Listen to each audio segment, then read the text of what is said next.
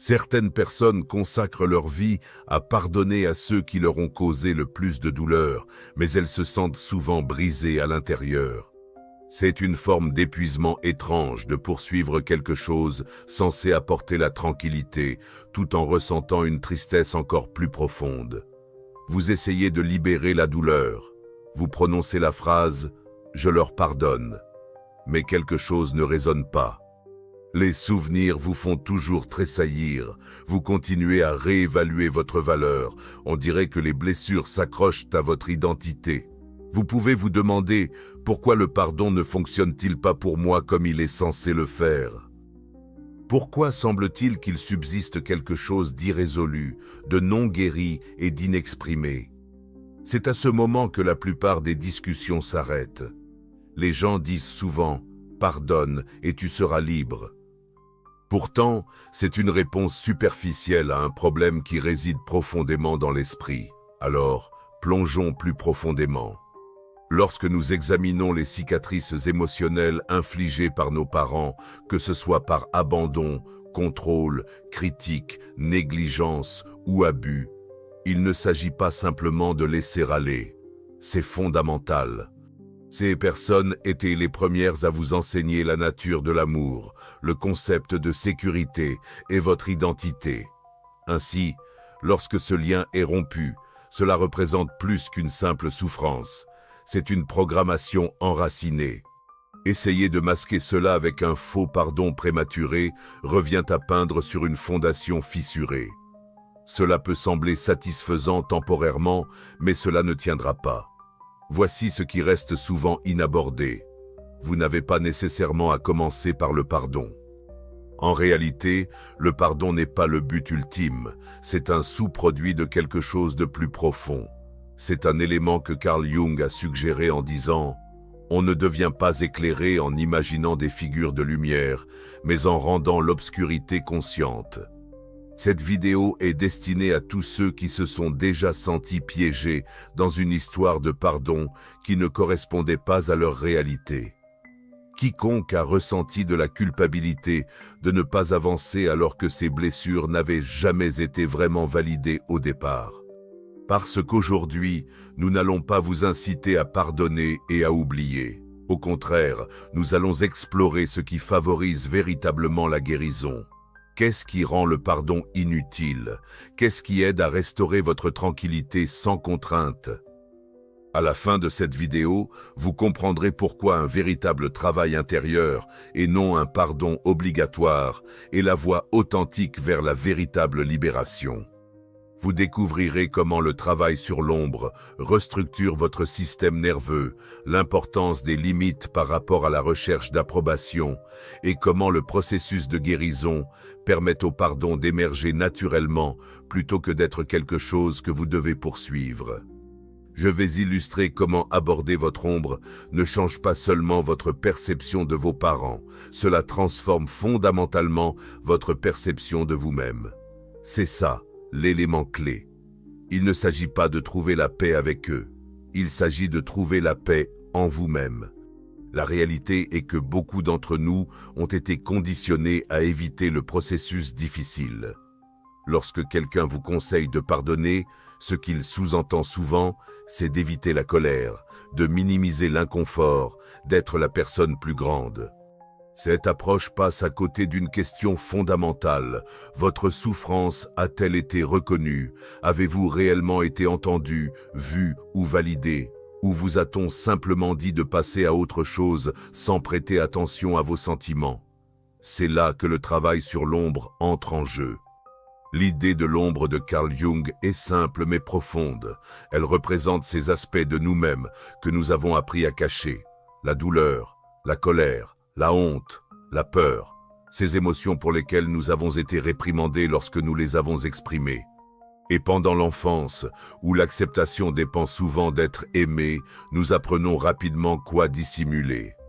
Que se passe-t-il donc lorsque les personnes censées nous protéger sont celles-là même qui instillent des sentiments d'insécurité? Nous compartimentons. Nous réprimons, nous nous déconnectons de notre moi authentique pour maintenir un lien avec eux. Pourtant, La réalité est que le pardon sans reconnexion avec soi-même est simplement un évitement spirituel. Vous ne pardonnez pas vraiment, vous négligez encore une fois vos besoins, tout comme vous avez été conditionné à le faire. C'est pourquoi le pardon imposé semble souvent inauthentique. Par conséquent, dire « je pardonne à ma mère » n'efface pas magiquement les souvenirs, ni écrire une lettre de clôture n'apaise l'anxiété qui surgit lorsque son nom apparaît sur votre téléphone. Parce que le pardon n'est pas simplement un levier que vous pouvez actionner. C'est un moment de libération qui se déploie une fois que vous avez confronté les parties les plus douloureuses de vous-même. Vous devez vous permettre de ressentir la colère, de faire votre deuil, de pleurer, de crier dans un coussin. Vous devez exprimer les événements avec des phrases qui ne minimisent pas leur gravité. Il est essentiel de permettre à votre enfant intérieur de dire la vérité sans craindre d'être corrigé ou rabaissé. Lorsque cette partie de vous, longtemps silencieuse, finit par prendre la parole, la transformation s'opère. Vous cessez de dépendre de la personne qui vous a fait du mal pour votre guérison. Vous arrêtez de supplier cette personne de reconnaître ses actes. Vous abandonnez l'attente d'une clôture de la part de quelqu'un qui ne vous a jamais offert un sentiment de sécurité au départ. Cela marque le début de votre parcours de guérison.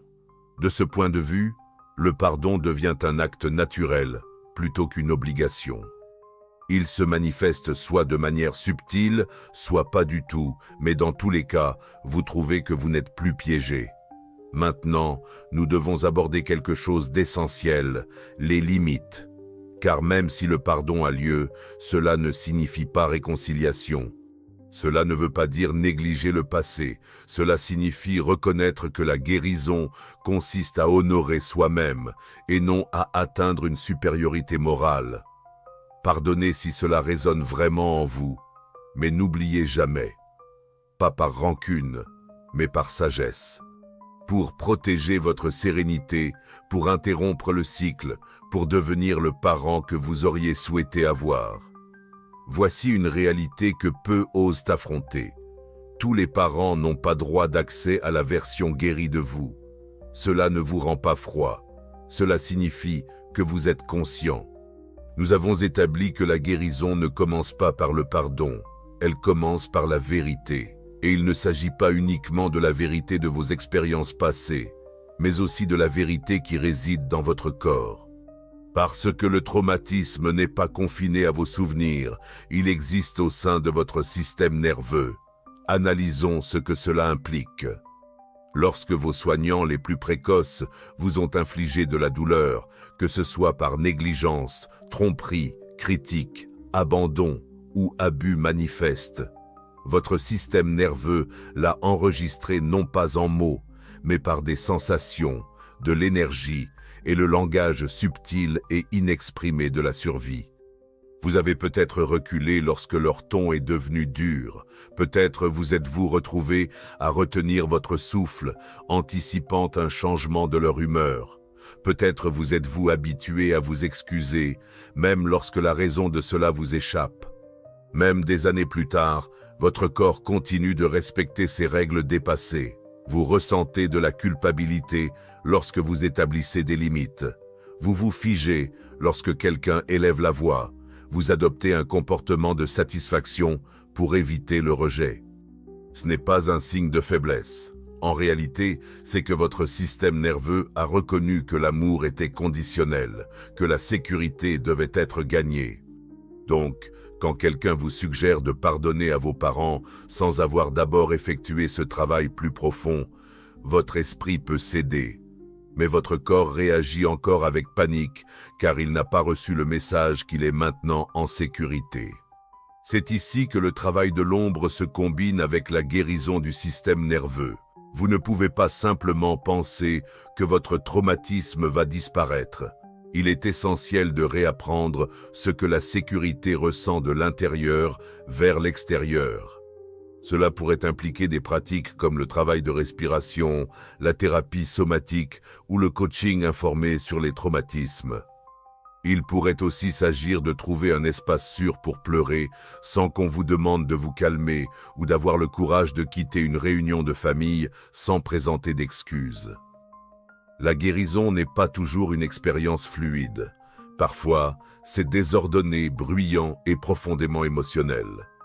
Parfois, cela se manifeste par des tremblements et des pleurs sur le sol de la salle de bain parce que vous vous êtes enfin permis de confronter ce que vous avez retenu si longtemps. Lentement, au fil du temps, votre système nerveux commence à se réajuster, non pas à un état de perfection, mais à un état de présence. Vous apprenez à différencier l'inconfort du danger réel. Vous commencez à choisir intentionnellement vos réactions au lieu de fonctionner en pilote automatique. C'est alors que les véritables transformations commencent. Vous n'avez plus besoin de la validation de vos parents pour avancer. Vous cessez de remodeler le passé pour préserver leur réputation. Vous arrêtez de contourner votre colère et de l'étiqueter comme un pardon. Et puis, un autre changement se produit. Votre estime de soi refait surface. Vous reconnaissez que votre douleur est légitime, que votre enfant intérieur n'était pas simplement dramatique ou trop sensible. Il était négligé, invisible et non protégé, et il méritait tellement plus. Vous commencez à protéger cette partie de vous-même en établissant des limites, en veillant à obtenir le repos dont vous avez besoin et en vous entourant de personnes qui ne nécessitent pas que vous gagniez leur affection.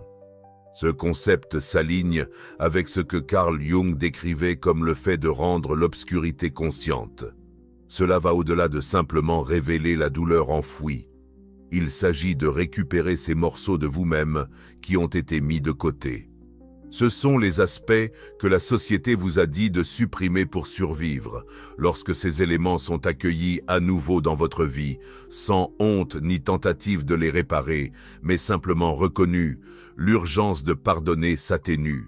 Cela cesse d'être un objectif ou une exigence morale. Au fil du temps, cela peut se transformer en un doux lâcher-prise, ou peut-être pas. Quoi qu'il en soit, vous n'êtes plus contraint par leurs actions, vous êtes plutôt façonné par la manière dont vous choisissez de gérer cela à partir de maintenant. Maintenant que vous comprenez pourquoi le pardon ne doit pas nécessairement précéder ou être nécessaire, il est essentiel de déplacer votre attention vers quelque chose de beaucoup plus transformateur, les actions que vous pouvez entreprendre pour favoriser votre guérison. La guérison n'est pas simplement une notion abstraite, c'est une pratique concrète, et le travail de l'ombre est votre ressource pour ce voyage. Commençons. Le travail de l'ombre ne consiste pas à blâmer sans cesse les autres. Il s'agit de reconnaître les aspects de vous-même qui ont été dissimulés et enfin de les accueillir à nouveau. Cela inclut la prise de conscience de votre peur de l'abandon, de la colère que vous retenez, de ce dialogue intérieur qui remet en question votre valeur et de la part de vous qui se rétracte lors des conflits. Ces éléments ne nécessitent pas d'affrontement, ils ont besoin de votre oreille attentive, car chacun porte un message, une blessure et un souvenir. Sous chaque ombre se cache une version de vous qui aspire simplement à un amour en sécurité.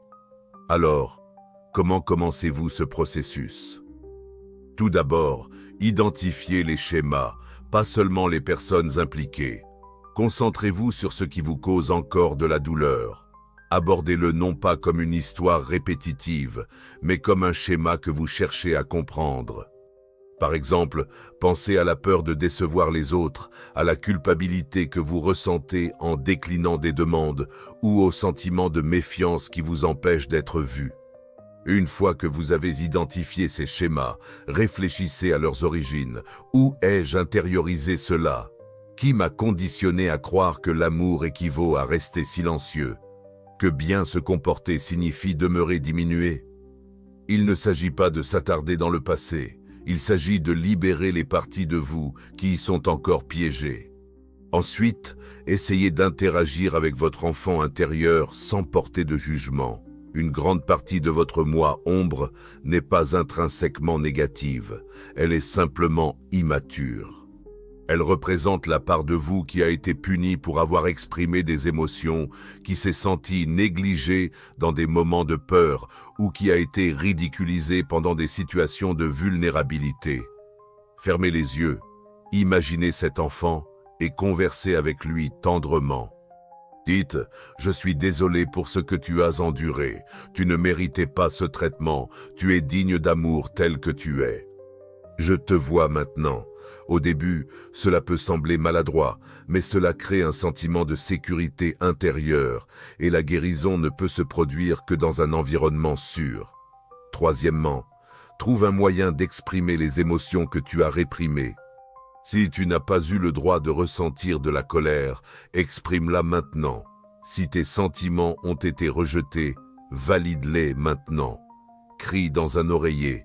Rédige des lettres que tu n'enverras pas. Tiens un journal de colère.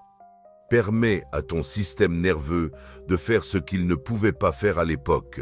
Cette énergie stagnante doit être libérée. Permets-lui de s'écouler. Quatrièmement, prends soin de toi en établissant des limites. Chaque fois que tu refuses quelque chose qui ne te correspond pas, tu montres à ton moi plus jeune à quoi ressemble la véritable protection. Chaque fois que tu t'affirmes, au lieu de chercher à plaire aux autres, tu réécris ton histoire. Tu deviens le gardien dont tu avais besoin. Et que se passe-t-il après cette transformation? La guérison, mais pas de la sorte silencieuse et passive. C'est celle qui rugit avec intensité. Celle qui déclare « Je ne suis pas brisé, je me reconstruis ». Celle qui t'habilite à entrer dans la même pièce qu'auparavant, mais à te sentir entièrement différent, car tu n'es plus l'enfant cherchant la validation. Tu incarnes l'adulte qui revendique sa propre vérité. À ce stade, le pardon peut ne plus être pertinent. Tu pourrais choisir de pardonner, ou peut-être pas, mais peu importe la décision, elle te donne la liberté. Tu ne recherches plus la tranquillité à partir de la source même de ta souffrance. C'est l'essence du travail sur soi.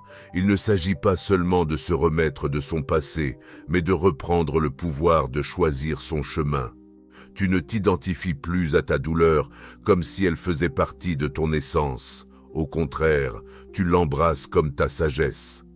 C'est alors que tu te tiens droit devant ceux qui t'ont autrefois rabaissé, te sentant plus fort, non pas parce qu'ils ont changé, mais parce que tu as changé. Donc, si tu attends cette simple excuse ou un moment de réconciliation avec tes parents, voici la réalité, tu n'en as pas besoin. Ce qui importe vraiment, c'est d'apprendre à ne plus compter sur les autres pour ta paix. Cela implique de te choisir, même quand ils ont échoué à le faire. C'est créer une vie où ta douleur ne dépasse pas ton but, et cela représente une véritable conclusion. Si ce message te parle, je t'invite à partager tes pensées ci-dessous. Mon parcours de guérison m'appartient. Je n'attends plus d'approbation. Sinon, écris ta propre affirmation sincère. Remplissons cet espace de rappel que nous méritons de guérir selon nos propres termes. Et n'oublie pas de t'abonner à Fractal Wisdom pour d'autres discussions franches comme celle-ci, conçues pour t'aider à te voir plus clairement, pas seulement gentiment. Ta guérison est déjà en cours, non pas parce que tu l'as imposée, mais parce que tu as enfin embrassé la vérité.